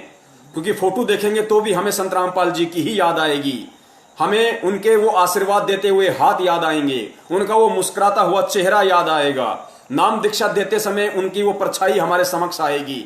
तो पुण्यात्माओं, हमें साधु रूप में कबीर साहिब जी जो प्रकट हैं वर्तमान में संत रामपाल जी महाराज जी के रूप में, चाहे वो साक्षात हो चाहे उनकी फोटो हो, वही हमारे लिए पूजनीय है, वही हमारे लिए आदरणीय है, वही हमारे लिए सम्माननीय है। अन्य किसी की फोटो हमारे लिए कोई महत्व नहीं रखती है। उस फोटो का महत्व केवल दुनिया को, कबीर को भगवान साबित करने के लिए संत रामपाल जी महाराज जी के लिए था, आप और हमारे लिए नहीं। क्योंकि आज हमें यह समझ में आ जाना चाहिए कि कबीर जी की फोटो के आधार से कबीर जी को भगवान साबित करने वाला कौन हो सकता है? अरे कबीर को भगवान कौन साबित कर सकता है? कबीर को खुद ही कबीर साबित कर सकता है। अन्य 2 कौड़ी के जीव की औकात नहीं, जिनकी बुद्धि ब्रह्मा विष्णु महेश से ऊपर नहीं है। गीता जी में गुरुदेव ने बताया कि ब्रह्मा विष्णु महेश की पूजा करने वाले को काल भगवान ने 5 गालियां दी हैं कि अर्जुन ये राक्षस प्रवृत्ति के लोग पता नहीं क्या क्या गालियां जो परमेश्वर हमें जो सुनाते हैं कि ये मंद बुद्धि, मनुष्य में नीच, ये मुझे भी भगवान नहीं मानते। काल भगवान कह रहा है कि मुझे भी परमात्मा नहीं मानते। ये ब्रह्मा विष्णु महेश जो तीनों गुण हैं और इनके नीचे जो देवी देवता हैं, उन्हीं को भगवान मान के बैठे हैं। तो पुण्यात्माओं, जिस 21 ब्रह्मांड के जिस प्राणी की बुद्धि काल से ऊपर नहीं है, आप इस 21 ब्रह्मांड में जितने भी बड़े बड़े जो ऋषि मुनि हुए हैं, साधु महात्मा हुए हैं, जो तपस्वी हुए हैं, दुर्वासा जैसे, वशिष्ठ जैसे, वाल्मीकि जैसे, विश्वामित्र जैसे, मार्कंडे जैसे, चुणक जैसे पुण्यात्माओं, परमेश्वर ने कितने उदाहरण बताए। उनकी बुद्धि ओम नाम से ऊपर नहीं गई, काल से ऊपर उनकी बुद्धि नहीं गई कि काल से ऊपर भी कोई भगवान है। तो पुण्यात्माओं, इस कलयुग में, इस पिछली पीढ़ी में, और काल से ऊपर महाकाल जिसको हम अक्षर ब्रह्म कहते हैं, और अक्षर पुरुष से ऊपर पूर्ण ब्रह्म, पार ब्रह्म कबीर साहेब, उसकी जानकारी स्वयं कबीर के अलावा दुनिया को कौन दे सकता है? क्या आज से पहले किसी ने बताया अक्षर पुरुष के बारे में, गीता जी में लिखा होने के बाद भी? तो पूर्ण परमेश्वर कबीर साहिब की जानकारी स्वयं कबीर ही आकर दे सकता है। इसलिए गुरुजी बार बार सत्संगों में कहते हैं, इशारा करते हैं कि पुण्यात्माओं, 650 साल पहले परमात्मा ने तत्वदर्शी की भूमिका निभाई थी, सतगुरु की भूमिका निभाई थी, और सतगुरु की भूमिका केवल परमेश्वर ही निभाता है। तत्वदर्शी संत की भूमिका केवल परमात्मा स्वयं ही निभाता है। अपने द्वारा रची गई सृष्टि की सही सही जानकारी वो कबीर साहब स्वयं ही आकर यहां देता है। और आज क्या कह रहे हैं परमेश्वर कि खुलकर कह रहे हैं, सीना ठोक के कह रहे हैं परमेश्वर, मेरे पूज्य गुरुदेव संत रामपाल जी महाराज, कि पुण्यात्माओं, ये कोई अहंकार नहीं, ये कोई बड़ाई नहीं। 10 रुपए के नोट पे यदि ये लिखा होता है कि मैं धारक को 10 रुपए अदा करने का वचन देता हूं, तो उसका अहंकार नहीं है, क्योंकि वो है 10 रुपए का नोट। तो संत रामपाल जी महाराज जी कहते हैं कि पुण्यात्माओं, आज इस 21 ब्रह्मांड में इस रामपाल दास के अलावा कोई तत्वदर्शी संत नहीं है, कोई सतगुरु नहीं है। पुण्यात्माओं, ये जितने भी संत हैं, ये पंथ हैं, चारों शंकराचार्य हैं, मठाधीश हैं, मंडलेश्वर हैं, दुनिया भर के बैठे हैं, गांव गांव में, शहर शहर में, ये भागवत करने वाले, रामायण करने वाले। क्या आज तक किसी ने कहा कि इस पूरे 21 ब्रह्मांड में हमारे अलावा कोई संत नहीं है, कोई भगवान नहीं, कोई तत्वदर्शी नहीं, कोई सतगुरु नहीं? इनकी हिम्मत नहीं कहने की, इनके मुख से नहीं निकल सकता। और पुण्यात्माओं, विचार कर लेना, ये जितने भी संत महंत हैं, ये सब मां के गर्भ से जन्म लेके आए हैं। इस दुनिया में जितने भी प्राणी हैं, इस 21 ब्रह्मांड में, चलो सबसे पहले हम इस पृथ्वी लोक की बात करते हैं। पुण्यात्माओं, इस पृथ्वी लोक पे जितने भी प्राणी हैं, वर्तमान में एक सतगुरु रामपाल जी महाराज जी को छोड़ के, क्योंकि वो स्वयं परमात्मा है, पीव है, उनके अलावा इस पूरी पृथ्वी पे सब के सब जीव हैं। ये चाहे कितने ही बड़े बड़े महात्मा बने बैठे हों, शंकराचार्य बने बैठे हों, इनकी औकात नहीं कि ये अपने माँ बाप को उपदेश दे सकें, ये अपने माँ बाप से दंडवत प्रणाम करवा सकें, इनकी औकात नहीं है, क्योंकि ये जीव हैं, इनकी हैसियत हो ही नहीं सकती, इनकी बुद्धि वहां तक जा ही नहीं सकती, ये कर्म करने की इनके अंदर वो पावर आ ही नहीं सकती, इनके अंदर वो हौसला, वो विश्वास पैदा हो ही नहीं सकता। तो पुण्यात्माओं, इस पूरी पृथ्वी का ये इतिहास है, इस पूरी पृथ्वी का ये इतिहास है कि संत रामपाल जी महाराज जी के अलावा पुण्यात्माओं परमेश्वर 650 साल पहले भी आए थे, लेकिन नीरू नीमा ने कभी उनको दंडवत नहीं किया, क्योंकि गुरुजी ने बताया कि वो कभी उनको परमात्मा नहीं मानते थे। वो जब भी कहा करते थे कि मैं परमात्मा हूं और तुम मेरे बच्चे हो और भक्ति करो, मेरे से नाम लो, तो नीरू नीमा कहते थे हट मारूंगी, भग जा यहां से, बड़ा आया भगवान बनने वाला, हमारा भगवान बनेगा ये। तो पुण्यात्माओं, यही स्थिति आदरणीय गरीबदास जी महाराज जी के साथ में थी। तो पुण्यात्माओं, आज संत रामपाल जी महाराज जी ही वो अकेले एकमात्र इकलौते संत हैं पूरे विश्व में जिनके माता पिता उनको दंडवत प्रणाम आश्रम में किया करते थे। ये पहचान होती है पूर्ण परमेश्वर की, वरना एक 2 कौड़ी का जीव अपने माँ बाप से कभी दंडवत नहीं करवा सकता। किसी की औकात नहीं है पुण्यात्माओं इस पूरी सकल सृष्टि में। ये औकात केवल उसी की होती है जो स्वयं परमेश्वर होता है, और उस परमेश्वर के आगे ऑटोमेटिक, चाहे माँ बाप हो, चाहे भाई बंधु हो, चाहे कोई कितना ही बड़ा कोई सेठ हो, चाहे महात्मा हो, उनको झुकना ही पड़ता है उस परमेश्वर के आगे। जैसे 5 पांडव और श्री कृष्ण महाभारत के बाद जब वो अश्वमेध यज्ञ कर रहे थे, तो श्री कृष्ण जी तो राजा था, युधिष्ठिर भी राजा था, 5 पांडव राजा के भाई थे, और सुपथ सुदर्शन रूप में एक वाल्मीकि जाति के रूप में परमेश्वर वहां झोपड़ी में वाल्मीकि की जगह, सुपथ की जगह जाके बैठ गए। श्री कृष्ण जी समेत 5 पांडवों ने दंडवत प्रणाम किया, क्योंकि परमेश्वर कहते हैं कि चुंबक के आगे लोहे की औकात नहीं है, उसको नीचा होना ही पड़ता है, उसको झुकना पड़ता ही पड़ता है। तो पुण्यात्माओं, ये एक बहुत जबरदस्त ये प्रमाण है भक्तों के लिए। जगत हो सकता है इस चीज पे यकीन ना करे अभी, क्योंकि पुण्यात्माओं परमेश्वर से जुड़ने का हर आत्मा का संस्कार है। देखो, हमारे परम पूज्य सतगुरुदेव जी 1994 से नाम दीक्षा दे रहे हैं। इस दास ने 12 अप्रैल 2013 को ही नाम दीक्षा क्यों ली? आप जैसे भगत भाइयों ने 2014 में, 2013 में, 2012 में, किसी ने 2000 में, किसी ने 2004 में ही नाम दीक्षा क्यों नहीं ली? 1994 से नाम दीक्षा क्यों नहीं ली? क्योंकि हमें मालूम भी नहीं पड़ा कि पृथ्वी पे कोई परमात्मा भी है क्या, परमात्मा भी होता है क्या, भगवान भी होता है क्या। लेकिन जब हमारा उस परमेश्वर से जुड़ने का संस्कार आया, वो समय आया, वो निश्चित दिन आया, तो हमें भगवान का भी ज्ञान हो गया, हमें सत्संगों की महत्वता भी समझ में आने लगी, हमें भगवान की जानकारी भी हो गई, और भगवान ने किसी न किसी को निमित्त बना के, चाहे टीवी के माध्यम से, चाहे पुस्तक के माध्यम से, चाहे किसी सत्संग के माध्यम से, चाहे किसी भाई बहन के माध्यम से, किसी को भी निमित्त बनाया उस परमेश्वर ने, और अपनी शरण में ले लिया, खींच लिया। क्यों? क्योंकि हमारा समय आ गया था, वो ठीक का समय आ गया था। तो पुण्यात्माओं, ठीक के समय के बिना कुछ भी नहीं घटित होगा यहाँ पे। तो हो सकता है उन जगत वाले भाई बहनों को जो देख रहे होंगे, हो सकता है उनको ये बातें पल्ले ना पड़ रही हो। वैसे तो आत्मा वो भी परमात्मा की हैं, समझ में तो उनके भी थोड़ा थोड़ा अवश्य आ रहा होगा, लेकिन फिर भी उनको अच्छी तरीके से समझ में जब आएगा जब वो परमेश्वर के सत्संग सुनना शुरू कर देंगी। यूट्यूब पे संत रामपाल जी महाराज जी के सत्संग आप वहां पे सर्च कीजिए, उनके नाम से ढेरों सत्संग आ जाएंगे। आप जी सुनिए वहां पे कुछ दिन, और परमेश्वर दया करेंगे, फिर आप जी के समझ में आने लग जाएगा कि हम कहां जी रहे हैं। तो पुण्यात्माओं, दूसरी बात ये जो दास कहना चाह रहा था, और लगता है मोबाइल की बैटरी जाने वाली है, तो परमेश्वर दया करें, पहले लगा लेते हैं, अपन वो गलती ना करें जो गलती परमात्मा ने पहले करवाई थी। परमात्मा ने नहीं करवाई, दासों से हो गई, मुंह से निकल गया, लग गया।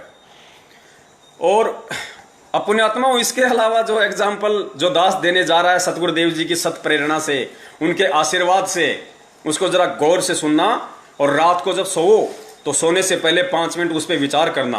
देखो, सत्सेवक भाई बहनों को तो विचार करने की आवश्यकता नहीं है, क्योंकि परमेश्वर कहते हैं कि जो जिसके आश्रित हो जाता है उसका तो फिर बाल भी बाका नहीं होता, वो तो फिर चद्दर तान के सो जाता है। परमेश्वर ने क्या बताया? परमेश्वर ने मीन का उदाहरण दिया, फिश का, मछली का। गुरुदेव ने बताया कि मछली जल के आश्रित होती है, और जल उसको इतनी छूट दे देता है, उसको इतनी स्वतंत्रता दे देता है कि चाहे पानी की कितनी ही तेज धारा बह रही हो, मछली विपरीत धारा में और ऊपर चढ़ जाती है, जहां से पानी गिर रहा है उस फॉल के ऊपर चढ़ जाती है। उस बहाव में मछली यूं करती करती करती उल्टी चढ़ जाती है। क्यों? क्योंकि पानी ने उसको छूट दे रखी है, पानी ने उसको स्वतंत्रता दे रखी है, उसको पूरी सिक्योरिटी दी हुई है कि तुम मस्त होके खेल, मस्त होके ना, तेरा बाल भी बाका नहीं होगा। क्यों? क्योंकि वो मछली उस पानी के आश्रित है, उसके बिना वो जीवित नहीं रह सकती, उसके बिना उसके जीवन का कोई उद्देश्य नहीं, कोई मकसद नहीं, कोई सार नहीं, कोई सारांश नहीं, कोई निष्कर्ष नहीं। तो पुण्यात्माओं, हम जो सत्सेवक हैं वो हम कोटि कोटि दंडवत प्रणाम करते हैं अपने परम पूज्य सतगुरु देव जी का, कोटि कोटि उनका धन्यवाद करते हैं, उनका आभार व्यक्त करते हैं कि परमेश्वर ने अपना सत्य ज्ञान देके और पिछले जन्मों में हमारे मजबूत भक्ति संस्कार बनाए, ताकि वर्तमान में आज हम उनको पहचान पा रहे हैं, हम उनको समझ पा रहे हैं, हम उनको परमात्मा स्वीकार कर रहे हैं हृदय से। तो परमेश्वर ने सत्सेवकों को तो भाई मछली की तरह खुली छूट दे रखी है, हमारे को तो कोई मीन मेख नहीं है किसी भी प्रकार की। और फिर गुरुदेव ने क्या बताया कि हाथी कितना बड़ा होता है, जब पानी की तेज धार आती है तो हाथी भी बह जाते हैं, मगरमच्छ भी बह जाता है। क्यों? क्योंकि वो पानी के आश्रित नहीं है। मगरमच्छ घंटे 2 घंटे भी जल से बाहर रह लेता है, सो लेता है, जी जाता है, लेकिन मछली नहीं रह सकती। इसलिए मगरमच्छ रहता तो पानी में है, लेकिन वो पानी के आश्रित नहीं है। इसी प्रकार सतलोक आश्रम मैनेजमेंट हरियाणा और उनके पीछे लगे हुए लाखों की संख्या में हमारे जो भगत भाई बहन हैं, गुरुदेव ने क्या बताया उस लेटर में कि ये लोग समर्पित तो हैं, लेकिन आध्यात्मिक ज्ञान इनको संपूर्ण नहीं है, जिस कारण से इनकी श्रद्धा, इनके भाव मेरे अंदर नहीं बन रहे। सत्सेवकों को मेरे अंदर कबीर दिखाई देता है और मैनेजमेंट यानी भगत ए को मेरे अंदर रामपाल दिखाई देता है, जिसमें जमीन और आसमान का अंतर है। उस 9 पेज के लेटर में परमेश्वर ने खुलासा किया है। तो पुण्यात्माओं, हमें कोई शंका नहीं है, हमें तो परमेश्वर उस लायक बना रहे हैं कि जिनको शंका है उनकी शंकाओं का निवारण करवा रहे हैं। परमेश्वर हम तुच्छ जीवों को, जिनकी कोई औकात नहीं, पुण्यात्माओं, उनको निमित्त बना रहे हैं लाखों के भगत समाज को संदेशा दिलवाने के लिए कि हम परमेश्वर को परमेश्वर माने। 650 साल पहले हमने जो महाभूल, महागलती की कि हम परमात्मा को परमात्मा नहीं मान पाए, आज वो गलती करने से हम बचें। 8 सितंबर सन 2020 को संत रामपाल जी महाराज जी का एकमात्र सतलोक आश्रम मैनेजमेंट हरियाणा के कहने से हम उनका जन्मदिन मनाने से हम बचें, अपने कर्म फूटने से बचें। बहुत सारे भगत भाई कहते हैं कि भाई सतलोक आश्रम मैनेजमेंट हरियाणा तो गुरुदेव ने बनाया है, परमात्मा ने तो बनाया मैनेजमेंट, गुरुजी ने तो बनाया मैनेजमेंट, फिर हम उनकी बात क्यों नहीं माने? तो भैया, काल भगवान को भी तो परमात्मा ने बनाया था, काल भगवान को भी तो परमात्मा ने बनाया, गुरुदेव ने बनाया है। फिर तुम काल भगवान की बात क्यों नहीं मानते? ओम नाम का बोल के उच्चारण क्यों नहीं करते? तुम लोग ये तप क्यों नहीं करते? डले क्यों नहीं ढोते? उसकी बात क्यों नहीं मानते? गुरुदेव ने बनाया है मैनेजमेंट को, गुरुदेव ने बनाया है काल भगवान को, लेकिन गुरुदेव ने अपना विधान भी बताया है कि जो मेरे मर्यादाओं के जो खिलाफ चले, जो मेरे ज्ञान को आधार बना के ना चले, उनसे तुम्हारा कोई मेल नहीं होना चाहिए, उनसे तुम्हारा कोई संपर्क नहीं होना चाहिए, चाहे तुम्हारा कितना ही निजी हो, तुम्हारा कितना ही प्रिय क्यों ना हो। गुरुदेव कहते हैं, परम शक्ति संगीतम रिद्धि सिद्धि दाता सोही, अविगत गुण अतितम सत्य पुरुष निर्मोही। जिस प्रकार वो परमेश्वर निर्मोही है इस भक्ति मार्ग में, चाहे उनका कितना ही निजी हो, चाहे वो किसी भी कुल में, किसी भी परिवार में लीला में तरीके से वो प्रकट हो, चाहे वो किसी को अपनी माँ कहते हो, अपना पिता कहते हो, अपना भाई कहते हो, अपनी औरत कहते हो, अपने बच्चे कहते हो, कहते हैं वो निर्मोही परमात्मा है। परम शक्ति संगीतम रिद्धि सिद्धि दाता सोही, अविगत गुण है अतितम सत्य पुरुष निर्मोही। यदि उसकी भक्ति के खिलाफ कोई भी चलेगा तो उसका बक्कल ही उतरेगा, वो मोक्ष प्राप्त नहीं कर सकता। बक्कल उतरने का मतलब ये नहीं कि उसकी गर्दन कट जाएगी आज ही, नहीं। जब मोक्ष नहीं होगा तो काल भगवान अनेकों तरीके से गर्दन काटेगा, कभी गधा बना के, कभी मुर्गा बना के, कभी बकरा बना के। वो गर्दन ही उठाता, वो बक्कल ही उतारता। फिर तो आगामी जो एग्जाम्पल परमेश्वर और दिलवाने जा रहे हैं अंतिम, क्योंकि पुण्यात्माओं 2 दिन हमारे पास में और शेष है, परमेश्वर छोटे छोटे वीडियो बनवाएंगे। हो सकता है आज भी हमें सतगुरु प्रगट दिवस कैसे मनाना है, किस विधि से मनाना है, क्या करना है, हो सकता है आज भी हमारे पास समय ना बचे, इसलिए परमेश्वर उसके लिए कल का दिन निर्धारित करेंगे। उससे पहले एक छोटा सा संदेशा परमात्मा दिलवा देते हैं, ताकि हमें यकीन हो कि वास्तव में 8 सितंबर 1951 के दिन पूर्ण ब्रह्म परमेश्वर वो कबीर साहब सतगुरु रामपाल जी महाराज जी के स्वरूप में जन्म लेकर नहीं बल्कि प्रकट हुए हैं। प्रकट पुण्यात्माओं, काल भगवान हम सब उनको अच्छी तरीके से जानते हैं, हमारा ही बड़ा भाई है। उसी के पीछे लगकर हमने ये महाभूल की थी, अपने पिता से हमने सतलोक में गद्दारी की थी, जिसका परिणाम हम कुत्ते गधे 84 लाख योनियों में भोग कर काट रहे हैं। आज परमेश्वर ने सद्बुद्धि दी, सत्प्रेरणा दी, किसी संस्कार की वजह से अपनी शरण में लिया। अहो भाग्य हम सब आत्माओं का। हम सब कोटि कोटि आभारी हैं परम पूज्य गुरुदेव के। तो पुण्यात्माओं विचार करो जब से वो काल भगवान इस सृष्टि में आया है, आप और हमारे से पहले आया था। दुर्गा और काल भगवान सबसे पहले 21 ब्रह्मांड में आए थे यहाँ पे। उसके बाद फिर सबसे पहले उन्होंने हम आप और हमारे को शब्द से उत्पन्न किया। गुरुदेव ने बताया कि सबसे पहले तो आप और हम जितने भी आत्माएं हैं, इनको दुर्गा ने शब्द शक्ति से उत्पन्न किया, मैथुन क्रिया से नहीं किया था। जब इसकी शब्द शक्ति समाप्त हो गई तो फिर इसने इनको क्या बोलते हैं, इनको ब्रह्मा विष्णु महेश को निमित्त बनाया। और गुरुदेव कहते हैं कि आपने सुना होगा कि ब्रह्मा जी के नाक से इतने जीव उत्पन्न हुए, मुंह से इतने हुए, कान से इतने हुए, क्योंकि इसके पास में शब्द शक्ति थी। और जब इसकी शब्द शक्ति समाप्त हो गई तो फिर काल भगवान ने इस सृष्टि में मैथुन क्रिया शुरू की है। उसके बाद अरे गुरुदेव ने क्या बताया कि जब ब्रह्मा विष्णु महेश का जब जन्म हो रहा था, उनका कमल के फूल पे लेटा हुआ था, उस समय गुरुदेव ने क्या बताया कि मधु और कैटब आ गए। अब बताओ कहां से आ गए? मधु और कैटब कहां से आ गए? उन्होंने कहां से जन्म लिया? उसको दुर्गा ने, गुरुदेव ने बताया कि मधु और कैटब को दुर्गा ने अपने शब्द शक्ति से उत्पन्न किया था, ब्रह्मा विष्णु महेश को यह जनाने के लिए कि तुम पूर्ण परमात्मा नहीं हो, तुम कोई बहुत बड़ी कोई पावर नहीं हो, कल को तुम्हारे अंदर अहंकार आ जाए, अभिमान आ जाए।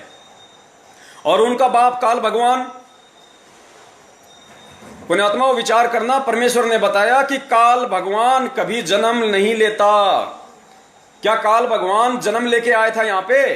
और काल भगवान ने कितनी बार अपना शरीर छोड़ा है? तो क्या दूसरा शरीर वो जन्म लेके छोड़ता है? किसी मां के पेट से जन्म लेता है?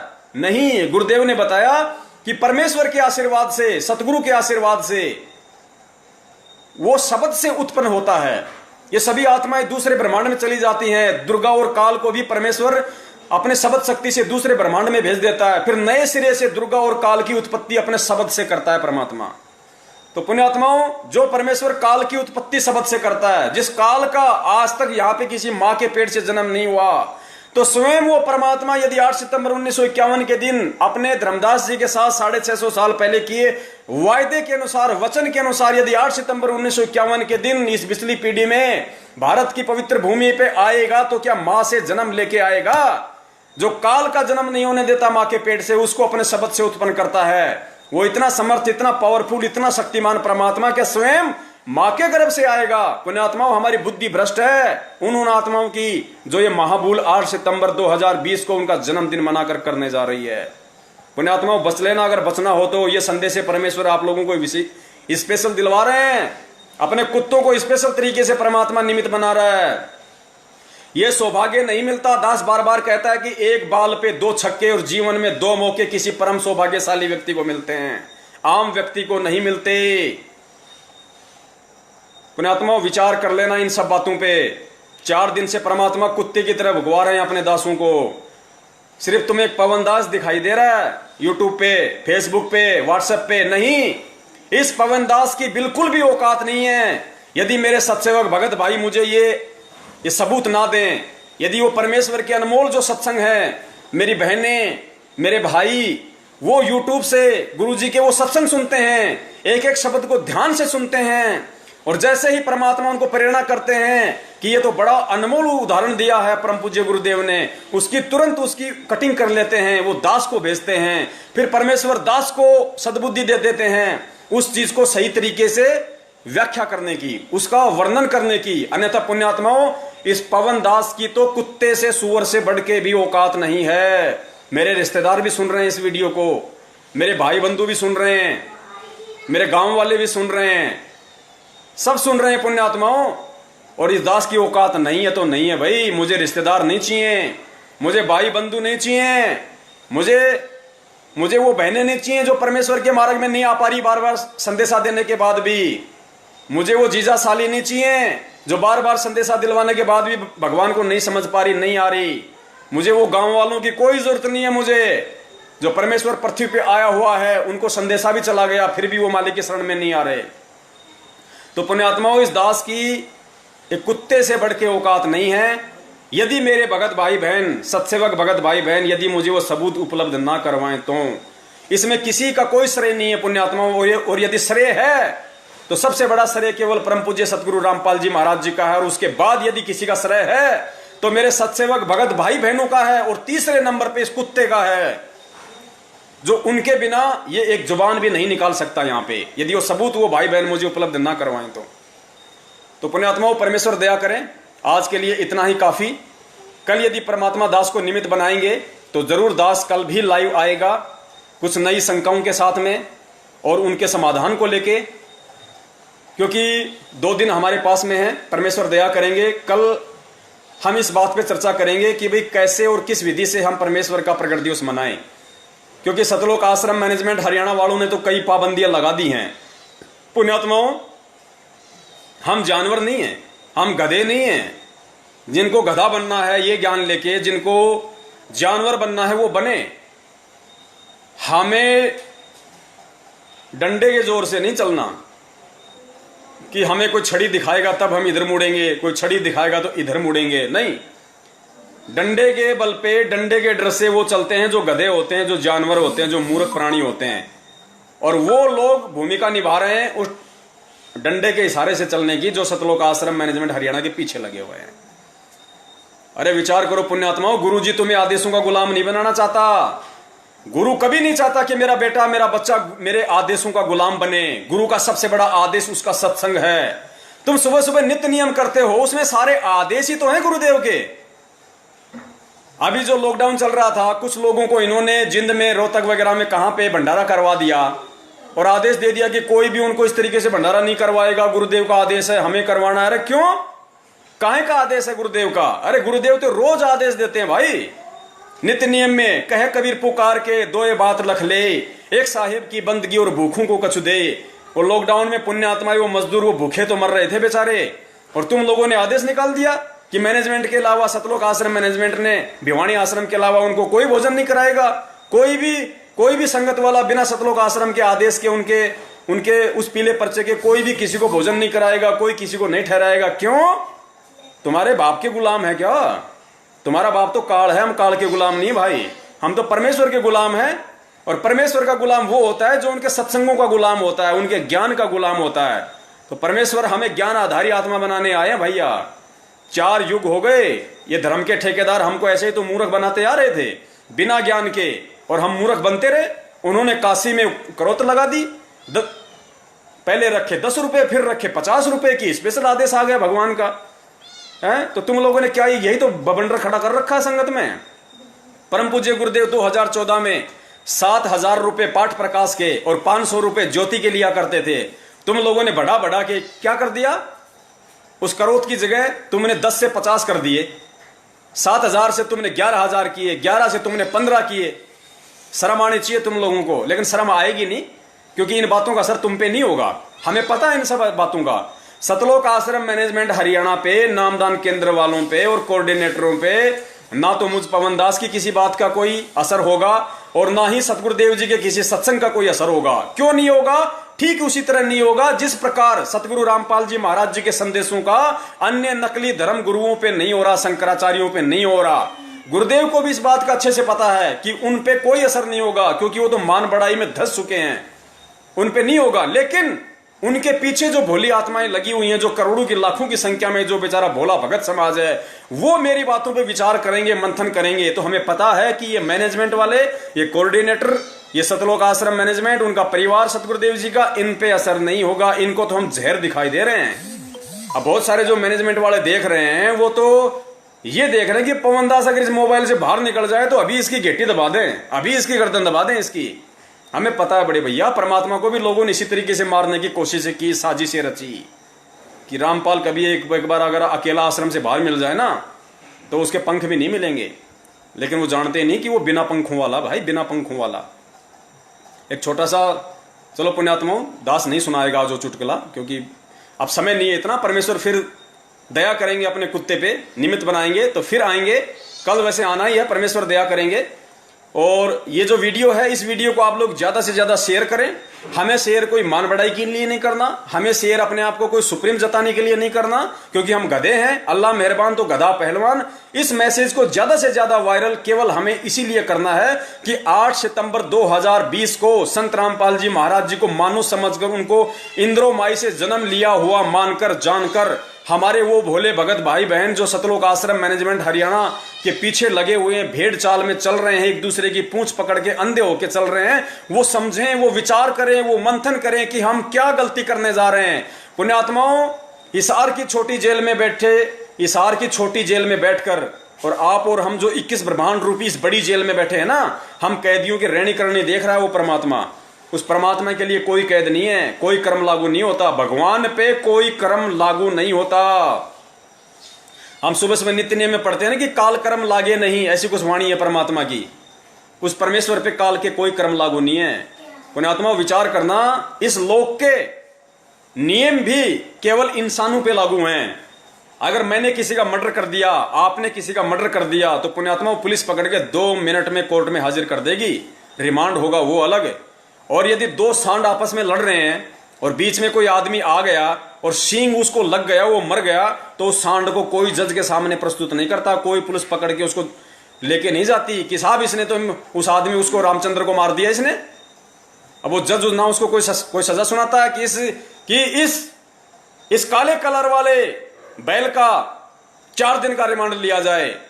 वो बैल उनका रिमांड ले लेगा अगर उन्होंने रिमांड ले लिया तो पुण्यात्मा, जब इस काल लोक में और जानवरों पे नियम लागू नहीं है, जानवरों पे वो कर्म लागू नहीं है जो इंसानों पे कर्म लागू हैं, तो सोचो उस पूर्ण ब्रह्म परमेश्वर पर कैसे लागू हो सकता है? उस पे लागू नहीं होगा। क्यों? क्योंकि कर्म लागू उस पे होते हैं जो मां के गर्भ से जन्म लेके आता है।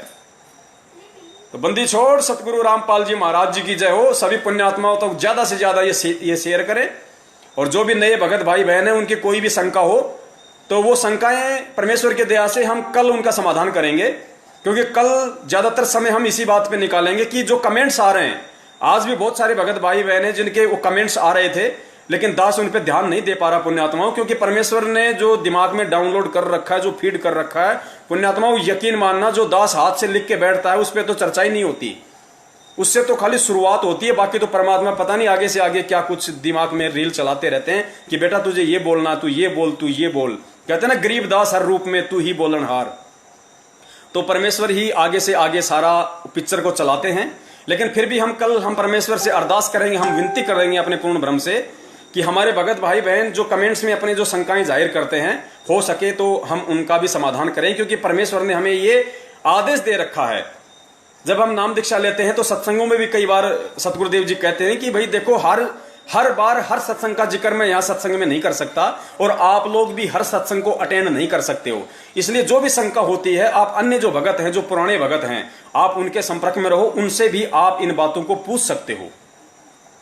तो परमेश्वर दया करें, उसी आदेश को, उसी अधिकार को काम में लेते हुए, वरना हमारी तो कोई औकात नहीं है किसी की शंकाओं का समाधान करने की, लेकिन परमेश्वर के उस सत्संग रूपी आदेश के अनुसार हम उसका यूज करते हुए कल हो सकता है हम जो कमेंट्स में कुछ भगत भाइयों की जो शंकाएं होंगी उनका परमेश्वर निवारण करवाएंगे। तो बंदी छोड़ सतगुरु रामपाल जी महाराज की जय हो। सत साहिब।